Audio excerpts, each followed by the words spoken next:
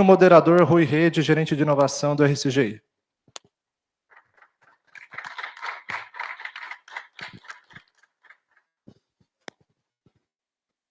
Composto o painel, eu vou convidar o primeiro painelista a falar, que é o Alexandre Breda, gerente de tecnologia de baixo carbono da Shell.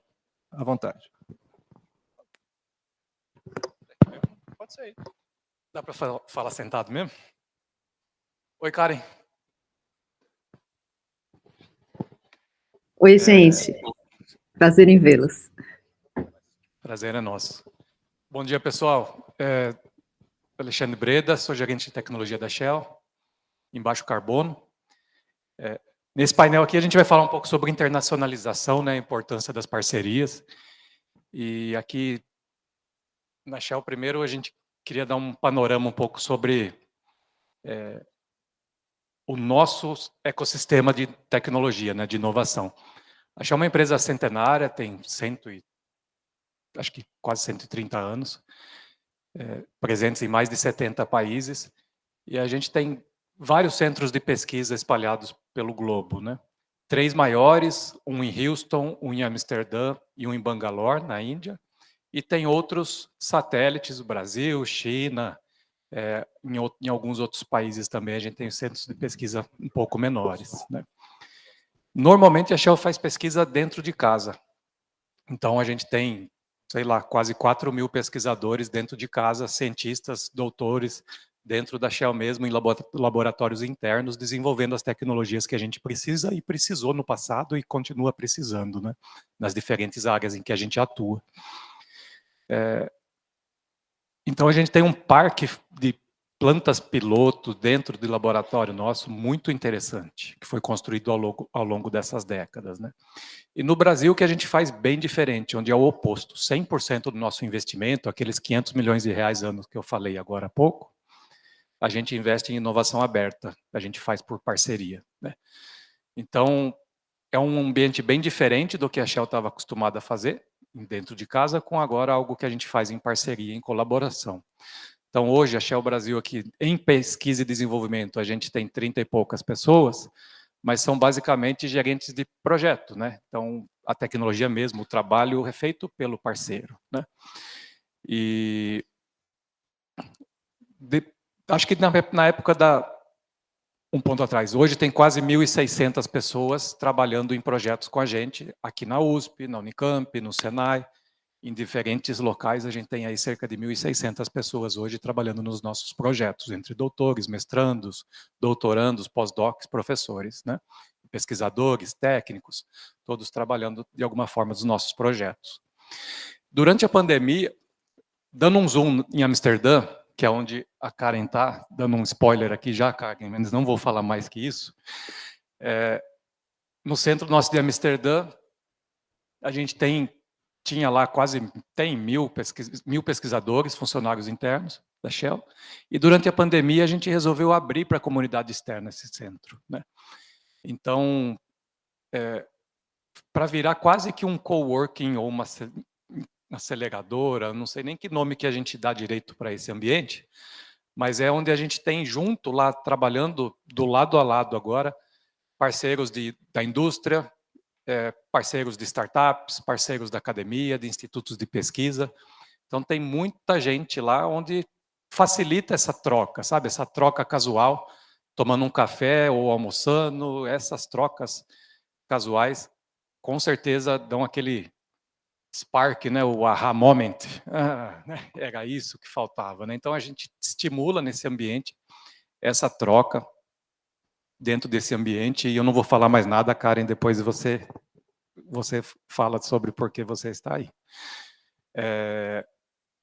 Aqui no Brasil a gente tem essa rede enorme, né? Aqui está o Noronha, da Toyota, um amigo, e um dos projetos que a gente começou, que era o etanol para hidrogênio. Um pouco antes a gente estava falando dessa economia do hidrogênio, né?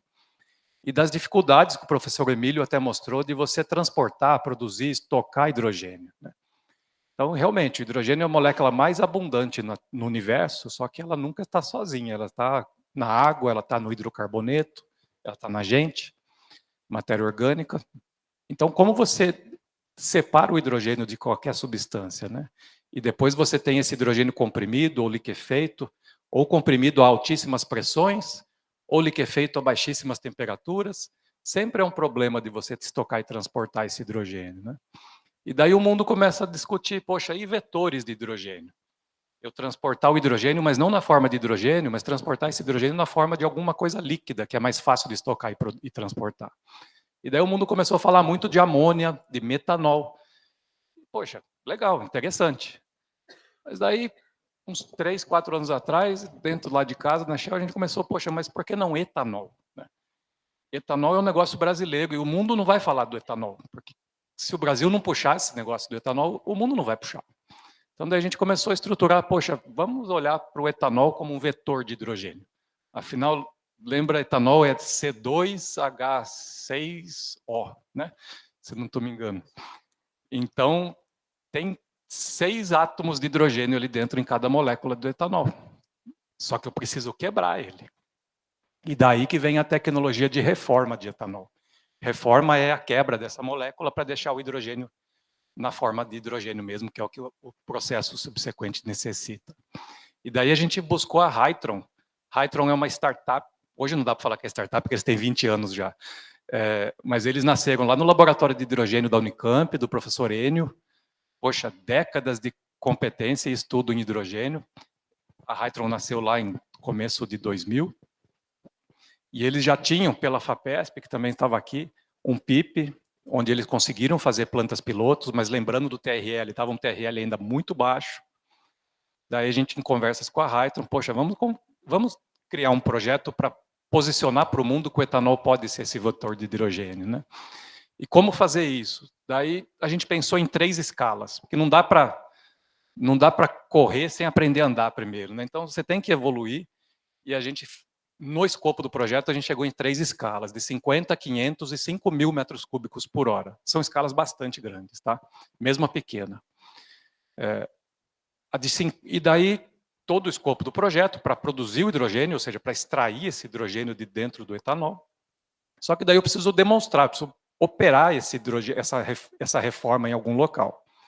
Daí a primeira unidade, que é a menor, de 50 metros cúbicos, daí entrou a USP na história para demonstrar, ajudar a gente a demonstrar essa tecnologia que vai ser desenvolvida na Hytron, com participação do Senai CETICT, que o Senai CETICT entra fazendo toda a parte do gêmeo digital, do famoso Digital Twin, para fazer toda a modelagem dessa tecnologia, para poder otimizar processo, tudo. Então, o Senai CETICT, junto com a Hytron, trabalhando muito no desenvolvimento dessa tecnologia da reforma. Mas aqui na USP, daí, parceria com a USP e o RCGI, vamos demonstrar esse reformador acoplado com uma HRS. O que é a HRS? Hydrogen Refueling Station, ou a estação de abastecimento de hidrogênio, onde você vai pegar esse hidrogênio produzido no reformador, elevar a pressão, estocar e abastecer. A gente fala bomba de gasolina, né, para abastecer o carro, mas não vamos falar de bomba de hidrogênio, que vai confundir um pouco a cabeça, né? É meio estranho. Então, é o dispenser, eu não sei que nome para a gente traduzir, dispenser traduzir é ruim também, né? Mas é o ponto de abastecer o carro, onde vai sair o hidrogênio de dentro do estoque e vai entrar o hidrogênio no carro do Noronha, que ele vai falar depois. Né? Então, aqui perto do RCGI, a estação já está quase pronta, o equipamento, o reformador, tive na Hytron semana passada, já está tomando forma, está sendo montado, e a partir de julho agora, a gente começa a receber os equipamentos aqui no posto para instalar, em agosto, setembro, comissionamento, e em outubro, tudo dando certo, a gente inaugura essa estação de abastecimento aqui, acoplado com o reformador. E daí que entra essa outra parceria também com a Toyota, que a Toyota cedeu por projeto, o Mirai, Toyota Mirai, que é um carro de linha, um carro comercial, movido a hidrogênio, o Noronha vai falar mais do carro, mas você vê a complexidade das parcerias, né? Você tem Shell, não mencionei Raízen, desculpa, a Shell tem o imenso prazer de ser acionista da Raízen, então a gente tem o maior fabricante de etanol do mundo, de cana-de-açúcar, junto com a gente. Então, Shell, Raízen, Hytron, Senai CETICT, USP, Toyota, é uma parceria muito grande. Não é fácil colocar em pé, né, Noronha? A gente tem nossas bateções de cabeça também, lógico que tem, né? Mas acho que o respeito e a abertura para poder dialogar e resolver conflitos, que é o primordial, né? E acho que, assim, se uma empresa quisesse fazer as coisas sozinhas, ia demorar muito mais tempo, né? Esse projeto a gente assinou o contrato em 2022, também, recurso da ANP, né? E agora, 2 anos depois, a gente já vai inaugurar o posto, a estação de abastecimento. Então, é algo muito rápido, 2 anos para desenvolvimento de tecnologia, né? Só que ainda essa escala de 50 metros cúbicos hora, que dá mais ou menos aí 4,5 kg de hidrogênio hora, é pouco ainda para uma escala industrial. E daí, então, a gente já tem contratado também a escala seguinte, que é 10 vezes maior, de 500 metros cúbicos hora, ou 45 quilos de hidrogênio por hora, onde a gente quer instalar daí num cliente industrial, que a indústria usa o hidrogênio como matéria-prima nos seus processos químicos, ela usa o hidrogênio como reagente ali dentro, como matéria-prima. Então, a gente está em negociação com uma indústria para instalar esse equipamento que é 10 vezes maior lá dentro. Porque não faz sentido também desenvolver essa tecnologia, produzir hidrogênio e depois eu queimar num flare aqui. Não, eu preciso acoplar com algum processo. Então, essas são as dificuldades da gente desenvolver essa deep tech, né, essas tecnologias mais hard, porque você precisa de um arranjo com vários parceiros, não é só o desenvolvedor da tecnologia, o financiador, mas tem o que a gente chama do off-taker, é aquele cara que vai usar essa tecnologia. A Shell usa, mas aqui no Brasil a gente não tem, por exemplo, um parque de refino, um parque químico, petroquímico. Lá fora a gente até tem, mas aqui no Brasil não. Então, a gente precisa dessa parceria com outras empresas para consumir esse hidrogênio. Só que ele vai consumir esse hidrogênio que ele ainda é um projeto piloto. Então, ele não tem a mesma confiabilidade de um projeto de prateleira. Então, o processo dele não pode depender única e exclusivamente dessa piloto. Porque e se falhar? E não é se falhar, ele vai falhar, né? Ele é um piloto, ele vai falhar. E não pode parar o processo lá da indústria, né? Então, ela tem que ter alternativas. Então, todo esse arranjo tem que seguir e a gente está, poxa, está dando certo e está indo muito bem. E depois tem a escala ainda que vai ser 10 vezes maior, 5.000 metros cúbicos hora, ou quase 450 quilos de hidrogênio por hora. Essa é uma escala bastante grande. Fazendo um paralelo, seria um eletrolisador aí de quase 23 megawatts. É uma coisa bem significativa, onde nessa escala, devido, né, à grandiosidade dela, a gente só contratou o projeto executivo, a gente ainda não contratou a construção dela. Porque essa, com certeza, eu preciso ter o off-taker de imediato, porque não dá para instalar esse na universidade, não dá para instalar esse em qualquer cliente industrial, tem que ser algo muito grandioso, né? E, de novo, o etanol, o nosso objetivo principal com esse projeto era estabelecer, né, o etanol como esse vetor de hidrogênio, aproveitando a logística já existente, né? Você já tem toda a produção de etanol, você já tem todo o transporte, terminais, portos, e o etanol já vai para o mundo todo. Então, você pode muito bem pegar esse reformador gigante aqui e botar lá num porto de destino, né? E daí você transforma o hidrogênio na forma de etanol e chega lá na ponta, você converte. Então, é muito mais barato do que você produzir o hidrogênio aqui por eletrólise e transportar hidrogênio até lá. Então, essa é a vantagem e, assim, o diferencial dessa rota, né, desse caminho que a gente está propondo. É a melhor solução? Não, é mais uma solução. Nesse mundo, a gente ouve tanto, né, não tem nenhuma bala de prata, a gente quer colocar mais uma solução para o mercado descobrir e decidir qual tecnologia faz mais sentido. É eletrólise, é reforma de gás natural, é reforma de etanol, qual que é a solução. E com essa planta piloto, a USP entra nesse novo mundo de ter plantas pilotos, né? E esse é um outro gancho que queria terminar aqui, que meu tempo já esgotou, mas a USP indo um pouco além do TRL ali, 1, 2, 3, já começando a migrar para um TRL 4, 5, e trazendo com suas dificuldades associadas. A gente tem uma outra planta também para conversão de CO2 para metanol, que eu conversei agora de pouco, que está sendo construída. Então, tudo isso traz alguns... É legal para desenvolver o aspecto científico, traz alguns problemas, porque você começa a gerar quantidades grandes de produto e de resíduo, como que a universidade pode lidar com isso, né? Então, isso é bem bacana, essas duas plantas que a gente está desenvolvendo, que coloca a USP nesse mundo novo de novas plantas pilotos em escala já bastante interessantes. Obrigado pelo papo, Rui, e fico aqui para a gente continuar a conversa depois. Obrigado, pessoal. Obrigado, Alexandre. Acho que está todo mundo ansioso para a inauguração da planta piloto de hidrogênio para etanol, ou etanol para hidrogênio. Bom, eu gostaria de convidar a professora Karen Mascarenhas, a nossa líder da curadoria hoje aqui desse evento, diretamente de Amsterdã, falando do escritório do ETCA. Ela vai falar melhor o que é o ETCA e falando um pouquinho do RCGI também. Obrigado, Karen, é a sua vez. Obrigada, Renato, obrigada, Alexandre, obrigada a todos. Vocês estão me ouvindo? Está tudo certo? Sim. Ótimo.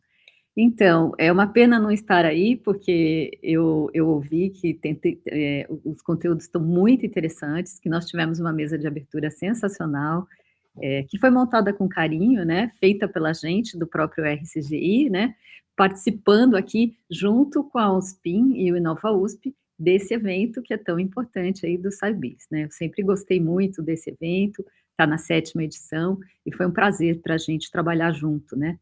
E aí, uma das coisas que a gente queria trazer para vocês é essa questão de mostrar um pouco como é que a gente transforma essa internacionalização da universidade, essa questão de trabalhar com as colaborações, e também como é que a gente efetiva isso. Então, a gente tem um exemplo aqui. Então, hoje eu estou em Amsterdã, e isso já estava combinado antes mesmo da gente entrar com essa questão do SciBiz. Então, o jeito que eu tive de participar, pelo menos, foi desta forma. Então, sinto não estar aí, mas estou de coração e assim, realmente, aproveitando muito de poder participar desse momento. Eu queria compartilhar com vocês, então, uma breve apresentação, e, na verdade, ela tem mais a intenção de guiar um pouco aquilo que a gente está falando, para mostrar um pouco dessa questão, né? O Alexandre Breda contou aqui um pouco sobre a nossa parceria, que é longa, né? Já começamos em 2015, efetivamente, com a assinatura do contrato e tudo, mas a gente tem várias histórias em conjunto, e aí eu queria mostrar um pouco para vocês. A apresentação está ok? Ok. Tá bom. Então, falando um pouquinho, só para vocês entenderem um pouquinho a missão do RCGI, né, o nosso foco tem sido, nós somos um centro de pesquisas, então voltado para a questão de impulsionar o Brasil nessa questão da direção sustentável, né, nas emissões, reduzindo as emissões dos gases de efeito estufa. E aí, principalmente, apoiando o Brasil a atingir as suas NDCs, as suas contribuições nacionalmente determinadas, tá? Todos os países, né, que fazem parte desse acordo, tem que reduzir as suas emissões, e isso é uma questão bastante importante para reduzir os impactos das mudanças climáticas, né, no nosso planeta.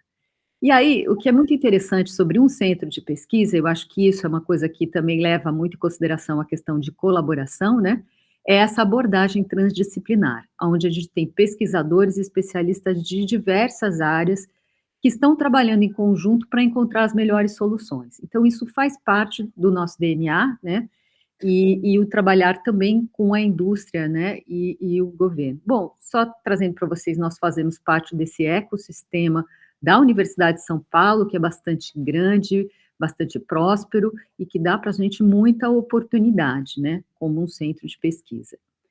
Participamos desse corredor aqui de ciência e tecnologia, que se desenvolve aqui principalmente no estado de São Paulo, mas no Brasil inteiro, mas nesse corredor especificamente, onde a gente tem várias das unidades, né, da Universidade de São Paulo, e junto com outras também, como a Unicamp, como o ITA, desenvolvendo 45% da produção científica e tecnológica. Quer dizer, é uma oportunidade muito grande, e vocês veem que essa questão da proximidade e das competências que se desenvolvem são extremamente importantes, porque é isso que cria um ecossistema que pode traduzir para a inovação e para o crescimento. E aí, também é dentro desse corredor que a gente tem 35% dos doutorandos que se formam aqui no país. Isso é um pouco da nossa sede, que é a nossa sede administrativa dentro da USP, e é onde a gente também promove uma série dos encontros e das possibilidades de troca e de parcerias.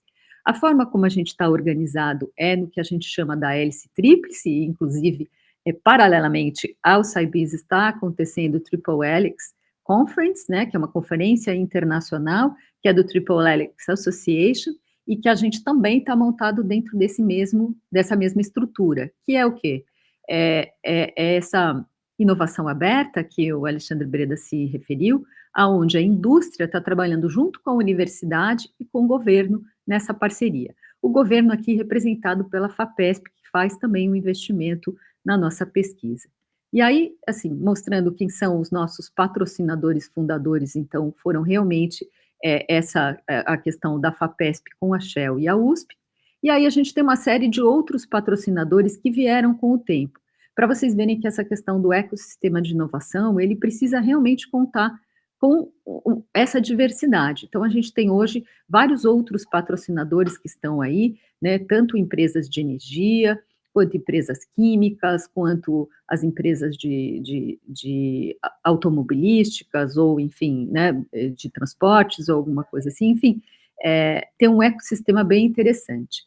Algo que é também importante a gente notar, que a gente não faz isso sozinho. Claro, a gente está dentro, temos parcerias nacionais, que estamos dentro da Universidade de São Paulo, com vários institutos, como, por exemplo, o Instituto de Química, de Física, a Poli, que também predomina bastante aqui na nossa participação, mas a gente tem o Instituto de Psicologia, a IME, a EASH, enfim, como também tem várias outras instituições que não fazem parte da USP, né, como a Unifesp, a UFABC, a Unesp, o UNB, enfim, Mauá, temos aí de vários outros lugares, o Instituto Federal de Alagoas, e aí isso possibilita que a gente trabalhe com uma diversidade de temas no sentido de atingir os objetivos de reduzir as emissões de gases de efeito estufa.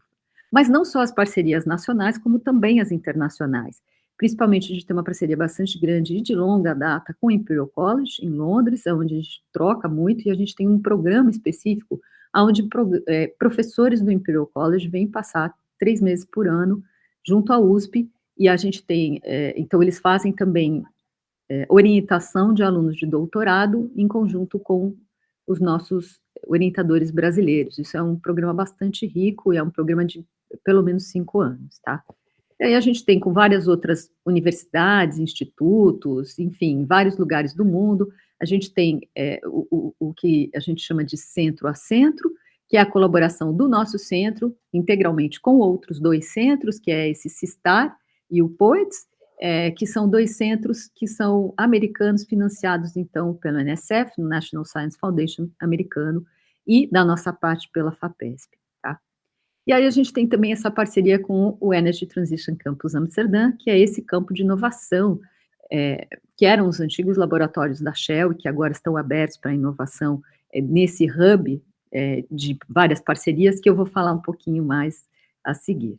Bom, para ter uma ideia, claro, a gente tem uma história, a gente começou em 2015, foi evoluindo com várias questões de parcerias, projetos e tudo, e eu acho que o que pode ilustrar é que a gente tem também esse contato, tanto com agentes governamentais, então a gente teve a presença do antigo governador, o João Dória, como também teve do atual governador, o Tarcísio de Freitas, aí para eventos diferentes que foram acontecendo aqui no centro, tanto para a inauguração da segunda fase do centro, como também para quando a gente iniciou a construção dessa planta piloto que o Alexandre Breda se referiu, e que a Toyota, então, nos cedeu esse veículo maravilhoso, que vocês vão conhecer um pouco mais a história e o veículo a seguir, tá?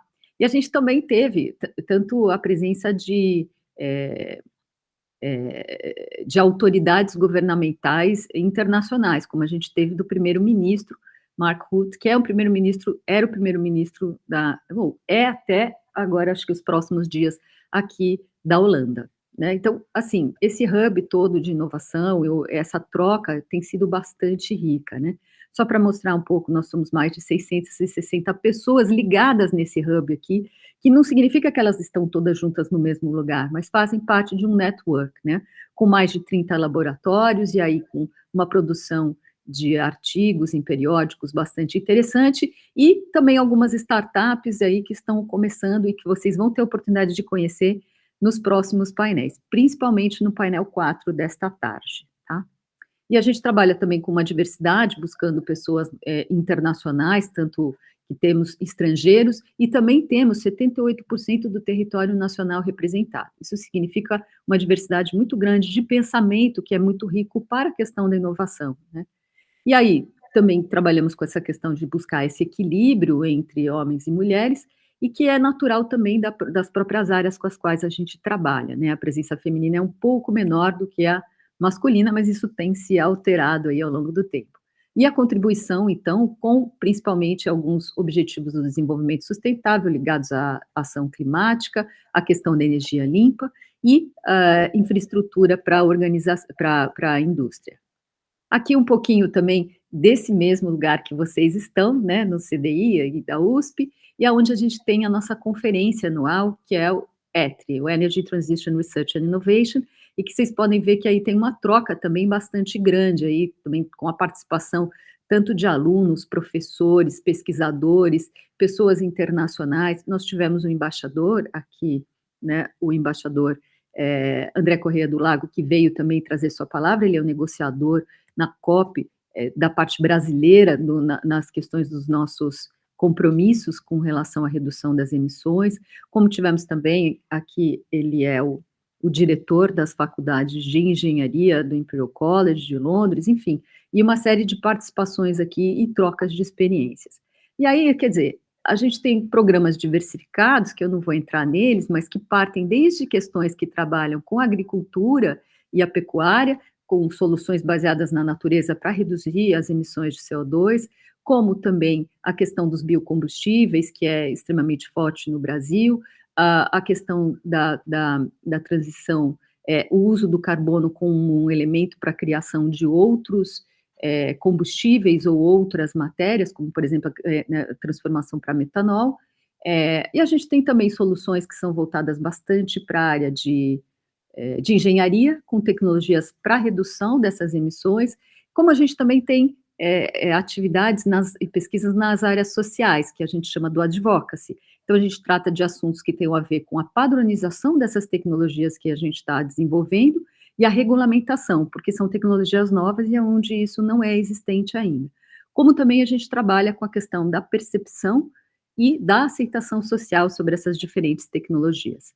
Além disso, com a descarbonização dos sistemas elétricos e com descarbonização de outras tecnologias e aquilo que eu já comentei de centro a centro. Então, essa diversidade é bastante grande, né? E é para criar, então, formas de rotas para que o Brasil possa alcançar essa neutralidade em carbono, tá? Então, aqui é a planta de hidrogênio, né, que o Alexandre comentou, e é uma parceria com todas essas empresas que ele falou, então, só para a gente visualizar, tem uma diversidade aqui das empresas que trazem as suas contribuições também junto com a universidade participando deste hub aqui. E aqui, só para vocês terem uma ideia, essa planta já está construída, ela está aí dentro da USP, onde ficam os ônibus, e vocês podem ver que ela está pronta na construção, ela precisa passar aí agora para a questão da implementação dos equipamentos, mas dá para vocês terem uma ideia de como vai funcionar isso. E essa planta vai, então, abastecer ônibus movidos a hidrogênio, que vão circular dentro da universidade, e esse carro Mirai, cedido pela Toyota, que vocês vão conhecer em breve, tá? Então, isso aqui dá para ter uma ideia do que é essa planta piloto, tá? E aí, só para falar do Energy Transition Campus Amsterdã, que a gente comentou, que é onde eu estou, e o que a gente está fazendo aqui. Então, isso surgiu também, e essas coisas surgem realmente da evolução das próprias parcerias, né? Então, o professor Júlio Meneghini, que é o diretor científico aqui do centro, ele vinha sempre com essa questão de buscar mais internacionalização, mais cooperação, e que isso trouxesse crescimento e mais contribuição para aquilo que a gente está fazendo em termos de pesquisa e entrega para a sociedade. E aí veio a ideia de, então, estabelecer um escritório internacional, e o Campus Amsterdã, aqui a Shell também vinha com, né, em conjunto também vinha com essa questão de que eles abriram recentemente para trazer, para criar esse hub de inovação, e isso fez todo sentido para a gente. Então, foi um momento de encontro aonde as expectativas dos dois lados tinham muito a ver, e aí a gente conseguiu fazer isso em fevereiro. A gente inaugurou, então, a nossa possibilidade de uso desse ecossistema, está aí a gente, né, fazendo a nossa placa inaugural aqui, com o objetivo de trazer os pesquisadores para cá, para trocar com outros pesquisadores. Isso nos dá acesso também há toda uma possibilidade de fundos, né, de funding também, dos fundings internacionais europeus. Além disso, da colaboração também com várias outras instituições. Para vocês terem ideia, isso aqui é uma ideia do que são as empresas, ou startups, ou mesmo universidades, enfim, centros de pesquisa, etc., que estão aqui dentro do Hub. E toda semana, ou todo mês, chegam novos integrantes. Então, isso tem sempre espaço para vir mais possibilidades. Aqui um pouco do que foi a nossa cerimônia para início do próprio centro. O reitor da USP esteve com a gente aqui para celebrar esse momento, como também a ministra de Economia e Clima, aqui holandesa, ela veio para essa inauguração, de tão importante que ela achou, porque eles principalmente têm um acordo com o Brasil na questão de biocombustíveis, né? E aí, então, isso é todo um hub com network de colaboração, com a possibilidade de compartilhamento, só para vocês terem ideia da onde fica, né, e como isso também possibilita, tem laboratórios, enfim, tem uma série de outras questões aqui que ajudam. Um pouquinho do que é o próprio hub, né, a possibilidade de você fazer essas trocas, né, os laboratórios que ficam aqui mesmo, tá vendo? Olha, você pode também usar esse tipo de infraestrutura, como também eles têm equipamentos específicos que estão na linha muito de soluções para redução dos gases de efeito estufa. Enfim, era isso que eu queria mostrar para vocês, dentro do meu tempo, que se acabou. Muito obrigada. Obrigado, Karen, muito bom. Eu acho que eu poderia adicionar que, se você é um pesquisador jovem, gostaria de uma bolsa de estudos, desde iniciação científica até pós-doc, tem a aba Oportunidades no site da RCGI, ou se você é um professor ou um representante da indústria e gostaria de aproveitar a infraestrutura do RCGI ou trabalhar conosco, é só entrar em contato. Obrigado, Karen. Eu gostaria de passar a bola, então, para o Gustavo Noronha, gerente de projetos de tecnologia. Obrigado, Gustavo. Bom dia a todos. Eu tinha uma apresentação, acho que tentar ser bem breve. Na verdade, eu queria contar um pouco para vocês. Primeiro, eu queria agradecer a oportunidade de estar aqui, falar um pouco do que a gente fala muito do Mirai, né, o carro que vai ter a oportunidade de ser testado, mas falar um pouco por que ele está aqui, passar rapidamente para vocês. Tem muita conexão com a palestra anterior, né, descarbonização. Então, acho que, para passar isso, tentar ser bem rápido, né? Na Toyota, nesse tema de descarbonização, a gente desenvolveu 4 tecnologias que são listadas aí, e a gente adota essas tecnologias conforme a necessidade e o contexto de cada país. Então, a gente tem a tecnologia híbrida, que aqui no Brasil a gente desenvolveu ela Flex. A gente tem o híbrido plug-in, a gente tem o carro 100% elétrico, e a gente tem o carro elétrico célula combustível. O que são esses carros, né? Como é que foi feito isso aí?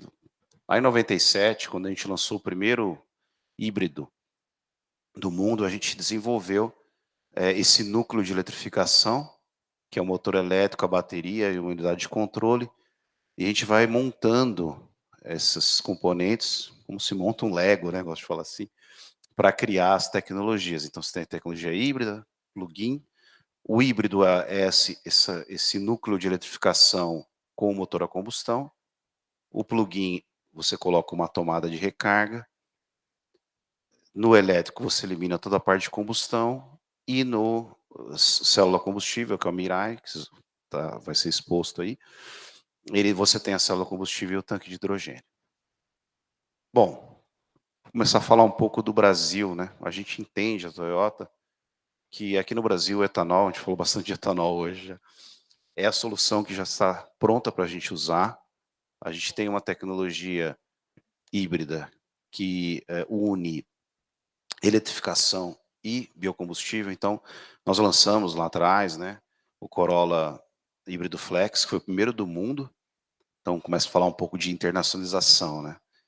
E também depois lançamos o Corolla Cross, que também é híbrido Flex, e a gente vai lançar um novo modelo a partir de 2025 também com essa configuração. Você vê que tem uma presença grande nas nossas vendas, né? um modelo prático, sustentável e acessível. Acho que foi um pouco, o professor Emílio apresentou alguns comparativos, né? Acho que demonstra um pouco essa ideia. O veículo híbrido você não precisa carregar, você não precisa da tomada, né? Costumo falar que você carrega ele nos postos de combustível. Né? Ele é sustentável. Toda vez que vocês olharem um carro híbrido, flex, independente de ser da Toyota ou de outras marcas, pensem que esse veículo abastecido com etanol, ele emite menos CO2 que um veículo elétrico na Europa. Então, isso é um dado muito interessante que mostra a força do etanol. Vamos pensar na nossa frota flex rodando com etanol. Quantos veículos equivalentes elétricos seriam? No mundo ninguém tem uma frota assim. Então é uma força que o Brasil tem. E acessível, né? Eu acho que existe, apesar de ter as duas soluções, ali você tem o motor a combustão e o motor elétrico, a bateria, que hoje é o que mais custa nessa tecnologia, ela ainda é muito cara. Então esse primeiro estágio de eletrificação é o mais acessível. Bom, e por que a gente fala muito de parceria? A gente entende que o etanol é uma rota que o Brasil tem de mobilidade sustentável. Né? Então a gente começou com etanol lá atrás, depois a gente desenvolveu o modelo veículo flex, a gente tem o híbrido flex, várias empresas montadoras estão anunciando projetos. O próximo passo seria você ter o híbrido plug-in, que é um veículo que anda mais no modo elétrico, então ele consegue ser mais econômico ainda. Você tem, a gente mesmo já começou alguns testes, né, para ter essa tecnologia, até chegar lá no nosso projeto, né. Costumo falar, viu, Breda né, Karen, todos do ESG, que para nós é um prazer ter entrado na parceria, né, vocês construíram essa história e para a gente é muito importante esse projeto, então é muito legal, a gente só tem a agradecer. Você falou, né, Breda, um pouco mesmo na outra palestra das fontes, né, de fomento. Na indústria automotiva a gente também tem algumas fontes, coloquei até ali, né, para falar de Inovar Alto, Rota 2030, e agora a gente tem o programa Mover, que foi aprovado, agora falta a sanção do presidente, mas esses programas automotivos, eles criam iniciativas que unem a universidade, a iniciativa privada, né, ali no guarda-chuva do governo, e as startups. Então, ali tem uma história mesmo de parceria entre a tríplice hélice, né? Foi comentado. E ali no cantinho eu coloquei um ponto interessante do etanol, né? Focando na internacionalização. Foi criado o Global Biofuels Alliance. Por quê? Porque os outros países estão começando a olhar essa tecnologia do etanol. A Índia vai começar a olhar. Então, são players grandes, né? Estados Unidos já olha, então é muito importante e é uma chance da gente ter as nossas parcerias internacionais.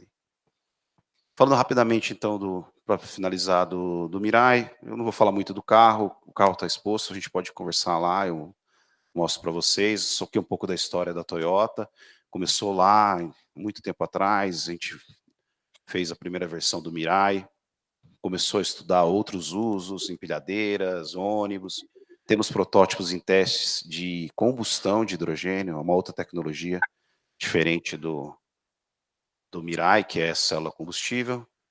Também desenvolvemos kits, que são, com o que a gente estudou para colocar dentro do Mirai, a gente desenvolveu kits que são colocados em outras aplicações industriais, residenciais, para promover a expansão da tecnologia. A Toyota acredita que tem que ter o maior número possível de players trabalhando nesse tema para poder expandir a tecnologia.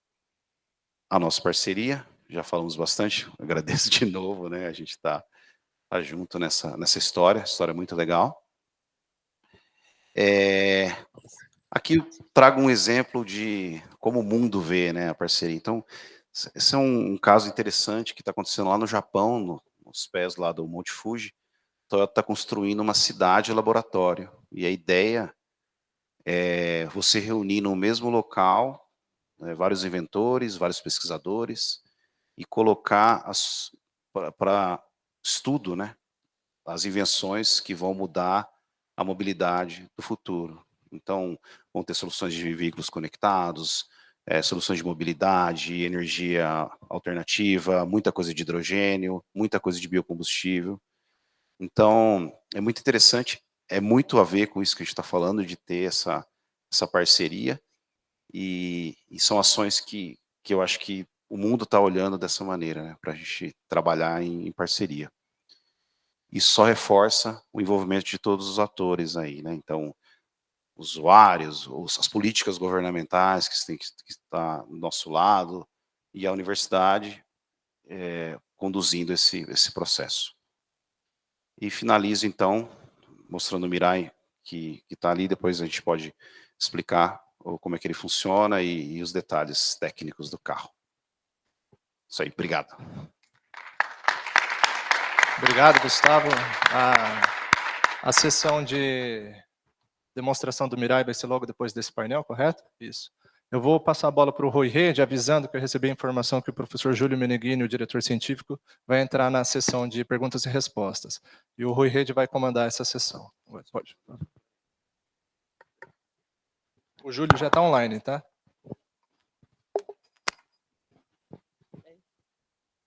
Oi, Júlio. Está nos ouvindo aí, Júlio?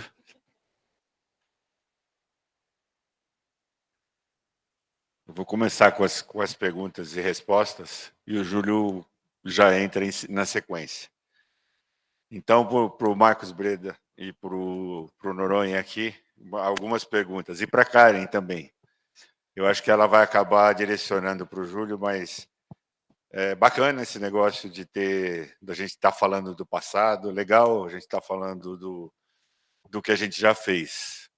Mas 2025, o que a Shell está pensando de 2025 para frente? Quer dizer, como é que a gente chega lá em 2030? O que pode acontecer de bom para a gente, para essa união ainda sair mais fortalecida? E com a Toyota, o que a gente pode esperar dessa parceria? Que eu vou dizer que ela está apenas começando, mas ela já começou muito forte, com laços muito fortes. E para o RCGI, quais são os planos também para 2025? Eu vou deixar o RCGI por último, para a gente poder finalizar a conexão. Breda. Obrigado, Rui. Tem esses 10 anos, foi uma jornada, né, que a gente começou lá com o Júlio lá atrás, e que permitiu a gente chegar aqui, né, hoje. O posto inaugurando lá para setembro, outubro desse ano, né, esse central de abastecimento, a gente espera trazer para a comunidade em geral, para a sociedade, dados técnicos, científicos, com embasamento super rigoroso da universidade, sobre análise de ciclo de vida, né? Qual que é a emissão desse hidrogênio de etanol? A gente tem nossas contas, mas a gente quer no mundo real, né? No mundo operacional, com um carro real, com um ônibus real. Qual que vai ser a emissão, né, por quilômetro rodado? Em comparação com o etanol, acho que para embasar aquela planilha que o Emílio mostrou mais cedo, né? Então, colocando dados em cima dela, né? Então, um carro etanol, motor de combustão interna, emite tanto. Um carro a etanol, sei lá, para hidrogênio, quanto que emite por quilômetro rodado? E a bateria?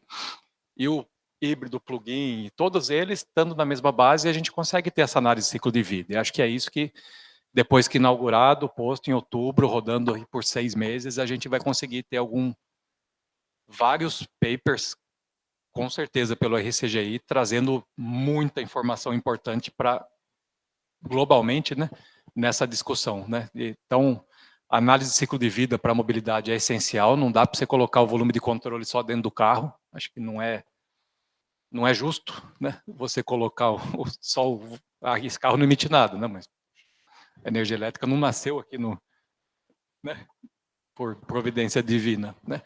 Então, acho que tem que ter na mesma base a análise de ciclo de vida, que é o que o RenovaBio faz, né? Isso é de extrema importância. E com essa informação técnica científica providenciada pela USP e pelo RCGI, né? E também a parte do custo desse veículo, né? Quanto custa para você andar 100 km? Com um carro elétrico, um carro a bateria, um carro a célula combustível, um carro a combustão.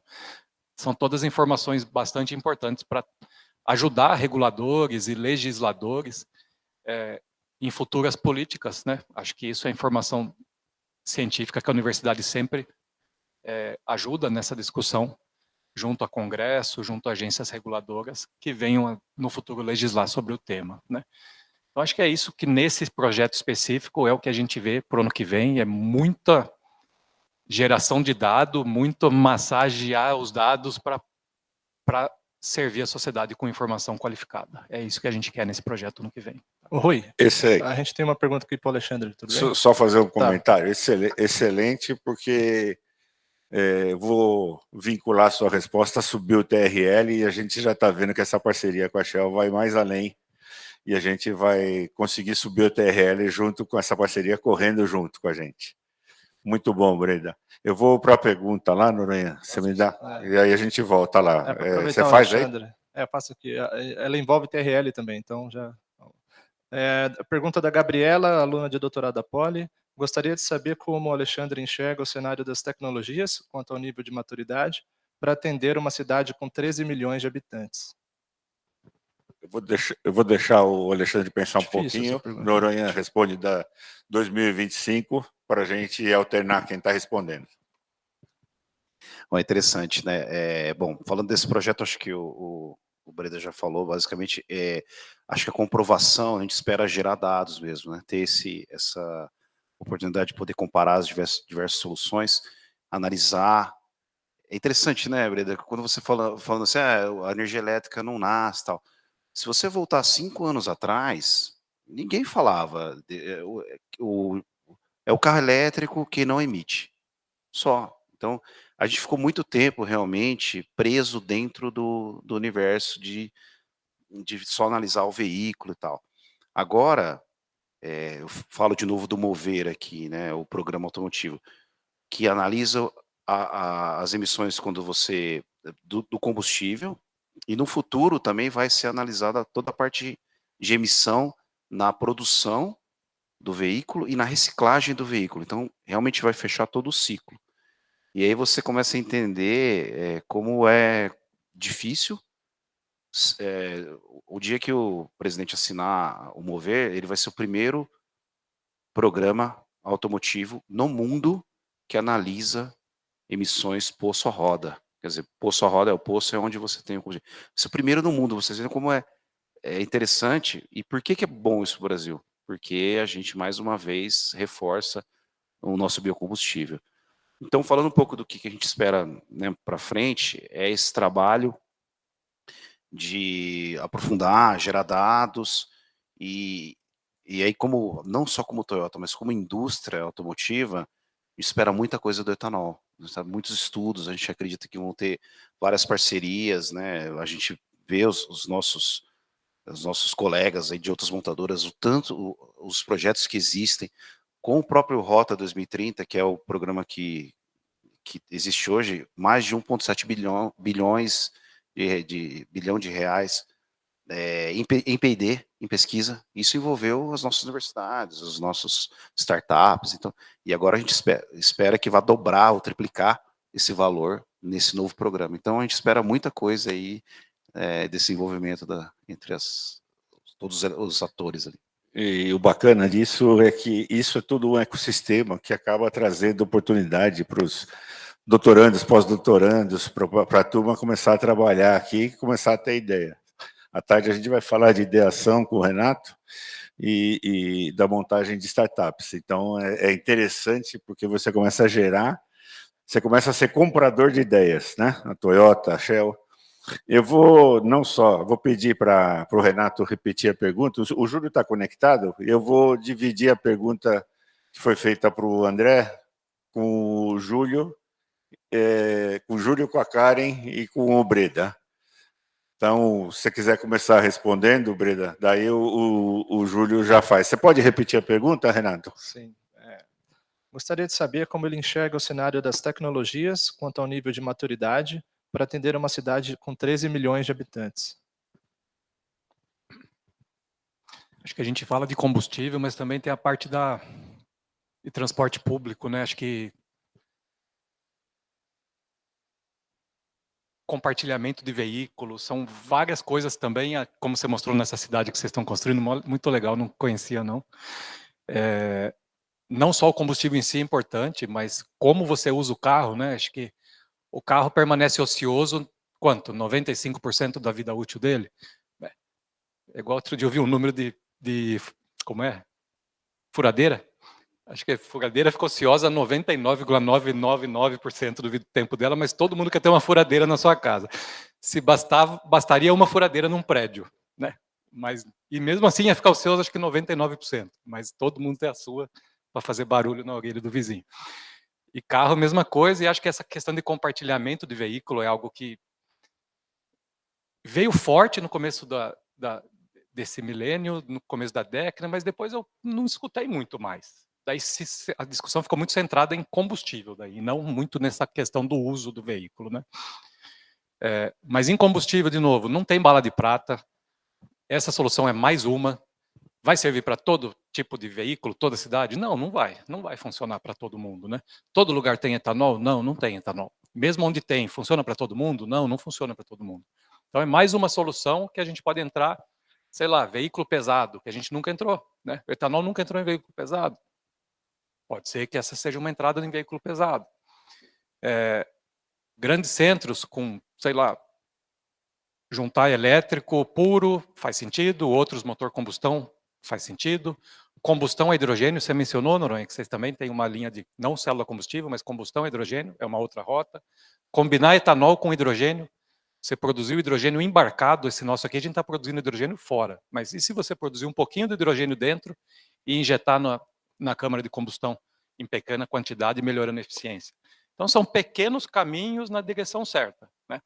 Vai melhorar 1%, 10% a eficiência aqui, 5% acolá, até chegar no momento que você tem uma sociedade de carbono zero, né? Acho que são caminhos nessa um grande mosaico de diferentes tecnologias, né? Cada uma sendo aplicado no seu nicho. Acho que é isso que eu vejo, tá? Não uma coisa, a bala de prata que resolva todos os nossos problemas. Fazendo um pouquinho de cada vez, no final você faz muito. Eu acho que o caminho é esse. Júlio, a professora Aliane se juntou a Karen lá. Bem-vinda, Aliane. A gente só queria mostrar aqui, como hub, né, de inovação, né, a gente está junto, né, estamos juntas, então viemos juntas e com isso conseguimos também alavancar uma série de coisas, né. Ontem nós tivemos em Groningen, né, e participamos em conjunto disso. E a Aliane permanece aqui, né. Fala só duas palavras aí sobre o que você está fazendo. Bom dia, boa tarde a todos. Então, estamos nessa missão aqui no ITCA. Hoje temos várias reuniões alinhadas com pesquisadores aqui da área de catálise, tentando alinhar o futuro aí de projetos que virão dentro do nosso centro, e entendendo também quais são as expertises e interações possíveis, né? Está sendo bastante produtivo, com visitas também a universidades e alinhando com outros grupos os projetos que nós já temos, né, em andamento aí no Brasil. Obrigada. Obrigada. É uma grande oportunidade para a gente ter esse contato aí face to face, né, com os pesquisadores daqui.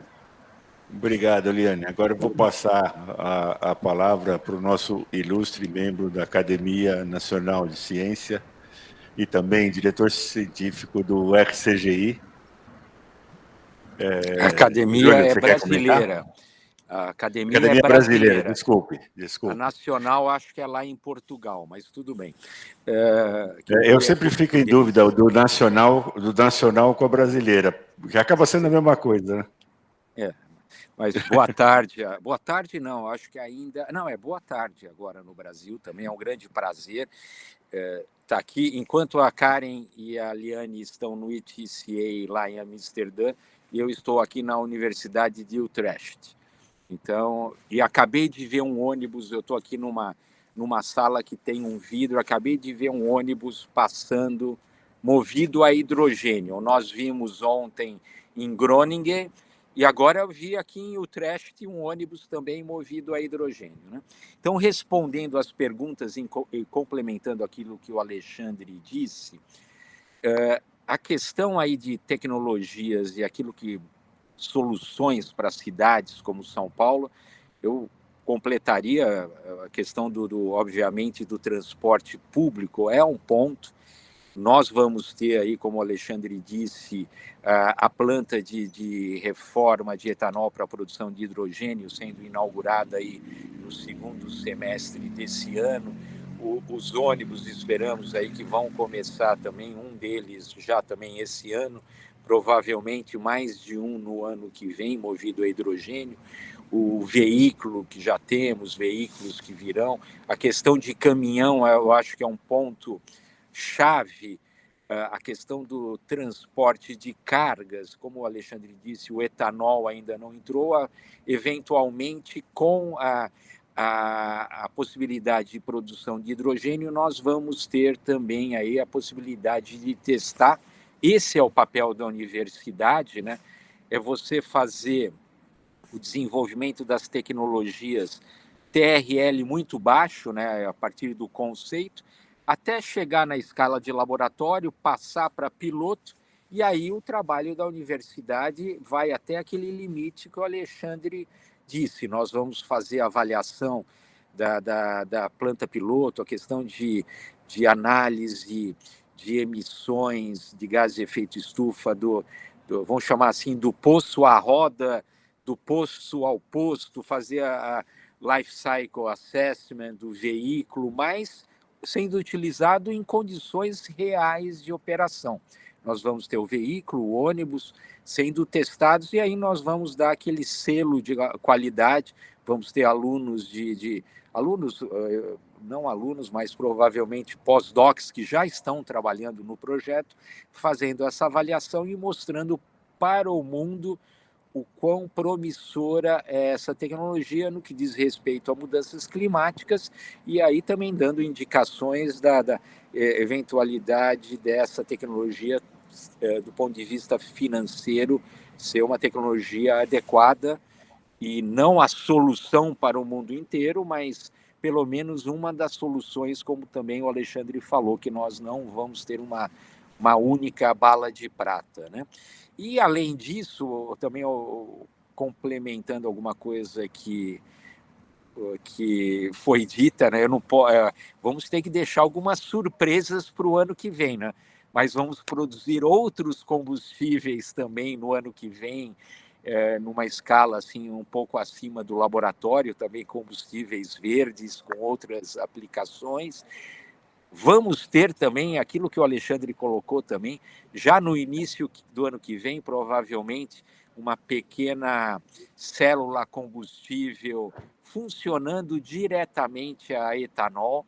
Os trabalhos aqui estão sendo concluídos aí também para nós termos essa célula combustível a alta temperatura, gerando eletricidade e sendo alimentada com etanol, já sendo testada no final do ano que vem, no final desse ano, e nós anunciaremos aí no início do ano aí os dados aí dessa primeira célula feita no Brasil com essa tecnologia.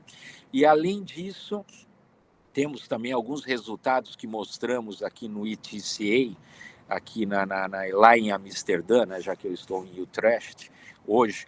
Em Amsterdã, por exemplo, rotas eletroquímicas aí para a produção de ácido oxálico, oxalato, que tem um potencial muito grande. Aí foi uma surpresa muito agradável aqui para o pessoal da Shell ver esses resultados. Ficaram muito animados, não apenas do ponto de vista científico, os resultados que o próprio Thiago Lopes apresentou, mas também com o potencial aí de startups, de isso daqui ser levado para uma escala piloto.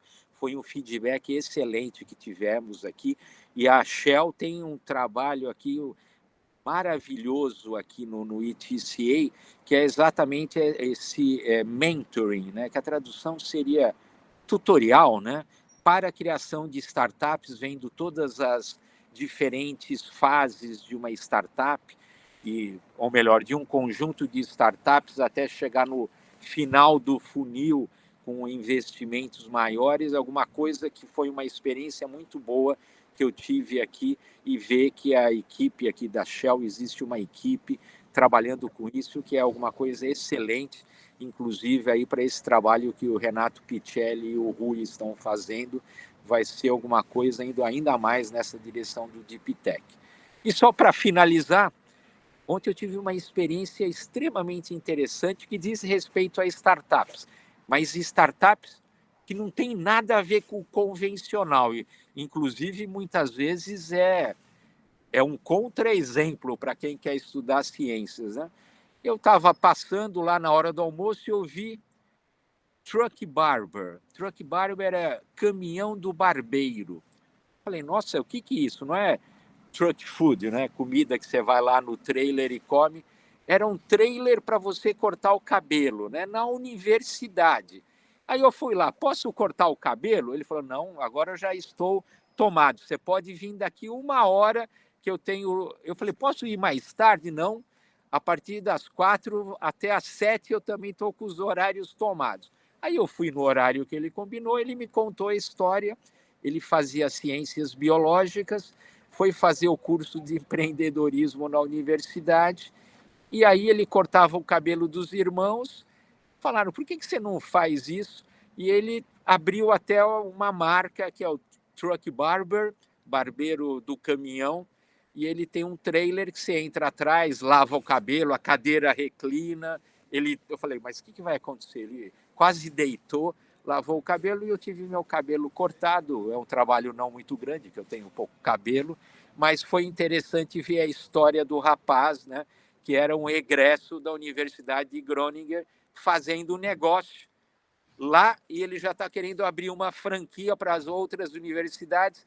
Quando eu falei que a USP tinha 8 campi, plural de campus, né, em latim correto, 8 campi com 100 mil alunos, ele ficou logo interessado, ele queria saber como é que era o contato, para ele entrar em contato com a pessoa, ele se mostrou extremamente empreendedor. Mas é isso, minha gente, a experiência aqui está cheia de surpresas, e surpresas com coisas que eu não esperava. Então, obrigado a todos aí. Olha, excelente, esse SciBiz é uma excelente iniciativa. Uma coisa muito bacana. Não, mas isso é só para um cara como você que é cabeludo. Eu não teria essa chance de chegar no Truck Barber. Eu não descobriria essa startup aí. Obrigado, Júlio. Obrigado, Karen. Eu vou agradecer a todos aqui também, agradecer a todos a presença, convidar vocês para... Tem mais perguntas, mas eu vou pedir depois para o pessoal da comunicação verificar as perguntas e responder, porque eles têm o WhatsApp de vocês, talvez eles possam encaminhar cada um dos que foram perguntados, porque nós estouramos um pouquinho o horário aqui e a gente quer voltar às 13 horas. Eu sei que é uma missão quase impossível, mas às 13 horas vai ter a palestra da Lígia, com a professora Lilian. Vale a pena ver. Eu já vi essa apresentação. Eu estou igual o Silvio Santos, né? A minha filha viu, gostou bastante. E depois nós vamos falar muito, à tarde nós vamos falar muito de startups e das coisas que a gente pode fazer e que a gente quer fazer. Então vale a pena, se vocês chamem os amigos, que vale a pena a gente falar sobre as possibilidades de empreendedorismo e também de estudo na universidade. São barreiras que a gente está conseguindo passar e que daqui para frente vai fazer muita diferença, principalmente para os pós-docs e para os docs, tá? Então, muito obrigado. E não esquecendo, o Mirai está aqui na frente, vale a pena ver. É um carro, além de bonito, o único resíduo que ele solta é água, certo, Noronha? Exatamente. Se vocês quiserem, a gente passem lá, a gente explica um pouquinho como é que é a tecnologia, qual que é uma das tecnologias, como você falou, né, Breda, que pode ser usada no futuro. Muito obrigado mais uma vez a vocês dois, que cada vez que eu ouço é uma aula. Ah, o Noronha, ele está um pouquinho maior que o carro, mas é divertido, né? Parece aqueles...